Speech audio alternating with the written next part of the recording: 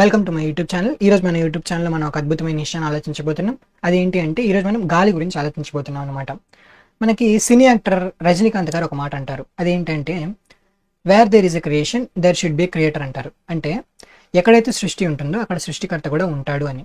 ఇప్పుడు మనం గాలి గురించి ఎందుకు ఆలోచించాలి? ఎందుకంటే ఇది మన ఛానల్లో 15వ ఎపిసోడ్. దీంట్లో ప్రకృతిలో ఉన్న దేవుని లక్షణాలు, అంటే ప్రకృతిలో ఉన్న దేవుని లక్షణాలు కనిపెట్టి దేవుణ్ణి అర్థం చేసుకోవడానికి మనం ప్రయత్నిస్తూ ఉన్నాం అనమాట. ఈ 15వ ఎపిసోడ్లో మనం ఏం చేయబోతున్నాం? గాలి గురించి ఆలోచించబోతున్నాం. గాలిలో ఉన్న లక్షణాలని అర్థం చేసుకునే ముందు మీరు కనుక మన ఛానల్కి కొత్తగా వచ్చి ఉంటే మన ఛానల్ని సబ్స్క్రైబ్ చేసుకోండి, లైక్ చేయండి, షేర్ చేయండి. ఎందుకంటే ఈ విషయాలు ఇంకా ఎక్కువ మందికి తెలుస్తాయి కాబట్టి. ముందుగా గాలి అన్నది భేదాలు చూపదన్నమాట. భేదాలు చూపదు. ఈ లక్షణం దేవునిలో ఉందా? ఉంది. ఎక్కడ చూడొచ్చు? బైబిల్లో అపోస్తుల కార్యములు 10:34 దేవుడు పక్షపాతి కాడు. దేవునిలో ఉన్న ఇదే లక్షణం దేవుడు గాలిలో కూడా పెట్టాడు. అందుకే గాలి అనేది చదువుకున్నవాడైనా, చదువు లేనివాడైనా, డబ్బు ఉన్నవాడైనా, డబ్బు లేనివాడైనా, నల్లవాడైనా, తెల్లవాడైనా, పొట్టివాడైనా, పొడుగువాడైనా, ఎలాంటి వాడైనా వాళ్ళందరికీ ఏం కావాలి? గాలి కావాలి. ఇండియాలో ఉన్న వాళ్ళకి గాలి కావాలి. అమెరికా అయినా, జపాన్ అయినా, చైనా అయినా, ఆస్ట్రేలియా, ఇంగ్లాండ్, న్యూజిలాండ్, ఏ ల్యాండ్ మీద ఉన్న వాళ్ళకైనా గాలి అవసరం. అందుకనే గాలి లేకపోతే ఈ భూమి మీద ఎవరు బతకలేరు. దేవుడు లేకపోతే కూడా ఈ భూమి మీద ఎవరు బతకలేరు. గాలి అందరికీ అవసరం. దేవుడు కూడా అందరికీ ప్రభు అనమాట. మరి మనం భేదాలు చూపకుండా ఉన్నామా? మన మధ్యలో భేదాలు అనేవి ఎలా ఉంటాయి?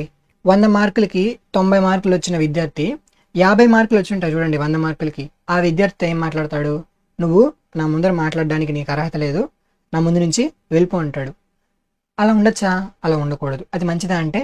అలా పక్షపాతం చూపిస్తే దేవుడు మనల్ని ప్రేమిస్తాడా అంటే ప్రేమించడు. అలానే నెలకి 50,000 సంపాదించే వ్యక్తి నెలకి 20,000 సంపాదించే వ్యక్తిని చిన్న చూపు చూస్తూ అతను మాట్లాడుతుంటే పట్టించుకోకుండా ఉన్నాడు అనుకోండి, అది కరెక్టా అంటే కరెక్ట్ కాదు. అది కూడా పక్షపాతమే అనమాట. కాబట్టి చిన్నవాళ్ళైనా, పెద్దవాళ్ళైనా, డబ్బు ఉన్న వాళ్ళైనా, లేని వాళ్ళైనా మనం ఇచ్చే రెస్పెక్ట్ అనేది సమానంగా ఉండాలి. పక్షపాతం లేనిదిగా ఉండాలి. అప్పుడే మనం దేవునికి ఇష్టలుగా ఉంటాం. దేవుడు మనల్ని ప్రేమిస్తాడు. ఎందుకంటే దేవునిలో పక్షపాతం లేదు. అది ప్రకృతిలో ఉన్న దేంట్లోనూ లేదు. అన్నిటికంటే ప్రాముఖ్యమైన దేవుని కుమారులుగా పిలవడుతున్న మనలో పక్షపాతం అనేది ఉండకూడదు. ఇది మొదటి లక్షణం. ఇక రెండో లక్షణం ఏంటి అంటే గాలి అనేది నిరంతరం పని చేస్తూనే ఉంటుంది. అది ఎప్పుడు కదులుతూనే ఉంటుంది అనమాట. గాలికి ఏం పనులు ఉంటాయంటే గాలి అనేది మేఘాలను కదిలేలా చేస్తుంది, వర్షాలు రప్పిస్తుంది, చెట్లు పెరగడానికి అది ఎంతో ఉపయోగపడుతుంది. ఇంకా మనం వంట చేసుకొని తింటూ ఉంటాం కదా, దానికి ఏం కావాలి? నిప్పు కావాలి. నిప్పు మండాలంటే ఏం కావాలి? ఆక్సిజన్ అనే ఉండాలి, అంటే గాలి ఉండాలి కదా. అలానే సముద్రాలలో పడవలు అనేవి కదులుతూ ఉంటాయి కదా, ఆ పడవలు కదలాలంటే కూడా ఏం కావాలి? గాలి కావాలి. ఇలా గాలి అన్నది నిరంతరం పని చేస్తూనే ఉంటుందన్నమాట. మరి ఇది దేవునిలో ఉన్న లక్షణమా? అవును. మరి మనకు ఒక డౌట్ రావచ్చు. అదేంటి అంటే దేవుడు ప్రారంభంలో 6 దినాల సృష్టి ముగించిన తర్వాత ఆయన విశ్రమించెను అని ఒక మాట ఉంటుంది. దాన్ని ఒకసారి చదువుదామా? ఆదికాండము 2:2 దేవుడు తాను చేసిన తన పని అంతటిని 7వ దినములోగా సంపూర్తి చేసి తాను చేసిన తన పని అంతటి నుండి 7వ దినమున విశ్రమించెను. దీన్ని మనం ఏం అర్థం చేసుకున్నాం? దేవుడు ఏదో 6 దినాలు కష్టపడి పని చేసి అలసిపోయి ఇప్పుడు ఆయన రెస్ట్ తీసుకొని రెస్ట్లో ఉన్నాడు అని మనం అనుకుంటున్నాం. కానీ దేవుడు అలసిపోతాడా? అలసిపోడు. ఎలా చెప్పొచ్చు? యెషయా గ్రంథము 40:28 దేవుడు ఆయన సొమ్మసిల్లడు, అలయడు. అంటే దేవుడు అలసిపోడని మనకు అర్థమైంది. మరి అలసిపోని దేవుడు ఇప్పుడు ఏం చేస్తున్నాడు అంటే ఇప్పటికీ పని చేస్తూనే ఉన్నాడు. అందుకే యేసుక్రీస్తు గారు ఏమంటారంటే నా తండ్రి ఇది వరకు పని చేస్తున్నాడు, నేనును పని చేస్తున్నాను అని అంటున్నాడు. అంటే యేసుక్రీస్తు పని చేస్తున్నాడు, తండ్రి కూడా పని చేస్తున్నారు, పరిశుద్ధాత్మ దేవుడు కూడా పని చేస్తూనే ఉన్నారన్నమాట. వారందరూ పని చేస్తూ ఉన్నారు. వాళ్ళు ఏం చేస్తూ ఉంటారు? సర్వమానవాళి శ్రేయస్సు కొరకు వారందరూ పని చేస్తూనే ఉన్నారన్నమాట. మరి మనం ఏం చేస్తూ ఉంటాం? ఏం చేయాలని ఆలోచిస్తూ ఉంటాం. కొన్నిసార్లు షార్ట్స్ చూసుకుంటూ ఉంటాం. కానీ మనం ఇలా టైం వేస్ట్ చేయకూడదు అనమాట. ఏదో ఒక మంచి పని చేస్తూ ఉండాలి. ఫర్ ఎగ్జాంపుల్ ఇలా మంచి పనులు చేస్తున్న ప్రక్రియలో మనం ఎదుటి వారికి కనిపించకుండా పోవచ్చు. అంటే మనకి గుర్తించకపోవచ్చు, మనకి పేరు రాకపోవచ్చు.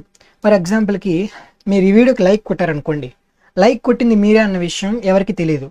కానీ లైక్ కొట్టడం వల్ల అది వేరే వ్యక్తికి రికమెండ్ అవుతుంది. దాని వల్ల వచ్చే ప్రతిఫలం అనేది మీకు వచ్చేస్తుంది అనమాట. అలానే ఇలా నేననే కాదు, వేరే బోధకులు చాలామంది ఉంటారు కదా పెద్దవాళ్ళు, వాళ్ళ మెసేజ్లలో కట్ చేసి మీరు స్టేటస్లో పెట్టుకున్నారనుకోండి, దాన్ని చాలామంది చూస్తూ ఉంటారు. ఎవరు స్టేటస్లో పెట్టుకున్నారన్న విషయాన్ని బోధకుడికి తెలియకపోయినా దానివల్ల వచ్చే ప్రతిఫలము, ఆ వాక్యాన్ని వినడం వల్ల వచ్చిన మారు మనసు మాత్రం, ఆ ప్రతిఫలం మాత్రం మీరు పొందుకుంటారు. ఇలా గాలి కూడా నిరంతరం పనిచేస్తున్నా అది కనపడదు మనుషులకి. మనుషులకు కనపడకపోయినా మంచి పని చేస్తూ దాని ప్రతిఫలాన్ని అది పొందుకుంటూ ఉంటుందన్నమాట. మనం కూడా నిరంతరం మంచి పనులు చేస్తూనే ఉండాలి. దానికి మనం ప్రతిఫలం పొందుకుంటాం. పేరు పొందుకోకపోయినా ప్రతిఫలం మాత్రం మనం పొందుకుంటాం. ఇప్పుడు ఈ వీడియో నుంచి మనం ఏం నేర్చుకున్నాం? 2 విషయాలు నేర్చుకున్నాం. మొదటిది, భేదాలు చూపకూడదు. అంటే పక్షపాతం లేని వారికి మనం ఉండాలి. ఎందుకు? దేవుడికి పక్షపాతం లేదు. దేవుడు ప్రకృతిలో చేసిన దేనికి పక్షపాతం లేకుండానే చేశాడు. దేవుని కుమారులమైన మనకు కూడా పక్షపాతం అనేది ఉండకూడదు. అందరినీ సమానంగా ట్రీట్ చేయాలన్న విషయం నేర్చుకున్నాం గాలి నుంచి. ఇక రెండో విషయం, నిరంతరం మనం పని చేస్తూనే ఉండాలి. మంచి పనులు మనం చేస్తూనే ఉండాలి. మనల్ని జనాలు గుర్తించకపోయినా మనం ఆ మంచి పనులు మనం చేస్తూనే ఉంటే ప్రతిఫలం అనేది మనకు వస్తుంది అన్న విషయాన్ని మనం నేర్చుకున్నాం. చివరిగా మీకు ఒక కథ చెప్పి దీన్ని ముగిస్తాను అనమాట. గాలి అనేది మనకి ఫ్రీగా దొరుకుతుంది కదా. ఒక ఊర్లో ఒక అబ్బాయి ఉండేవాడు. ఆ అబ్బాయి ఒక బిచ్చగాడికి రోజు 100 రూపాయలు 100 రూపాయలు ఇచ్చేటోడు అనమాట. ఒక సంవత్సరం రోజులు ఇచ్చాడు. ఆ తర్వాత ఒకరోజు కేవలం 50 రూపాయలు మాత్రమే ఇచ్చాడు అనమాట. ఇంకొక రోజు ఏం చేశాడు? 30 రూపాయలు మాత్రమే ఇచ్చాడు.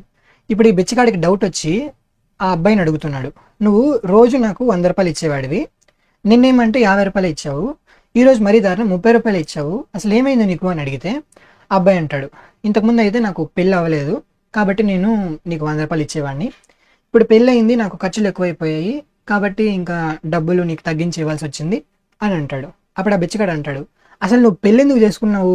నా డబ్బులని తీసుకెళ్ళి నీ భార్యకి ఇస్తున్నావా అని అంటాడు. దీన్ని బట్టి మనం ఏం అర్థం చేసుకోవచ్చు? ఏదైనా ఒక మనిషికి ఫ్రీగా వస్తుంది అనుకోండి, ఆ మనిషి ఏమనుకుంటాడు? అదేదో అతని సొత్తు అనుకుంటాడు. అతని మీద జాలిపడి అతనికి ఏదో గిఫ్ట్గా ఇస్తున్నారనే విషయం అతను అర్థం చేసుకోడు. ఈ భూమి మీద మనకి ఏది ఫ్రీగా రాదనమాట. ఈ భూమి మీద మీరు ఏం పొందుకుంటున్నా వాటన్నిటికీ 2 రకాల పేమెంట్ మెథడ్స్ ఉంటాయి. ఒకటి ప్రీపెయిడ్, 2 పోస్ట్ పెయిడ్. ప్రీపెయిడ్ అంటే ముందే డబ్బులు ఇచ్చి ఆ తర్వాత దాన్ని పొందుకోవడం. పోస్ట్ పెయిడ్ అంటే అంతా మీరు పొందుకున్న తర్వాత డబ్బులు ఇవ్వడం. భూమి మీద మీరు అనుభవిస్తున్న గాలి, నీరు, చెట్లు, సూర్యుడు, చంద్రుడు, వీటన్నిటికీ మీరు డబ్బులు ఏమైనా ఇచ్చారా? ముందే ఇవ్వలేదు. కాబట్టి ఇప్పుడు మీరు ఏం చేయాలి? పోస్ట్ పెయిడ్ చేయాలన్నమాట. భూమి మీదకి వచ్చి వాటిని అనుభవిస్తూ వాటికి డబ్బులు ఇవ్వడానికి మీరు కష్టపడాలి. డబ్బులు ఏమి ఇస్తారు మీరు? డబ్బులు ఇవ్వడానికి మన వల్ల కాదు. భూమి మీద మనం దేవుని కోసం కనుక బ్రతికితే ఇంతవరకు మనం అనుభవించిన వాటికి మనం యోగ్యతను సంపాదించుకుంటాం. పరలోకాన్ని మనం అనుభవించబోతున్నాం కాబట్టి దానికి కూడా మనం యోగ్యతను సంపాదించుకుంటాం. ఎప్పుడు? దేవుని కోసం మనం బ్రతికినప్పుడు. అర్థమైందా? రేపటి నుంచి వచ్చే వీడియోలు అనేవి కొంచెం వేరే రకంగా ఉండబోతున్నాయి. ఆసక్తితో మీరందరూ ఎదురు చూస్తూ ఉంటారని మనస్ఫూర్తిగా నమ్ముతున్నాను. Thanks for watching. బాయ్.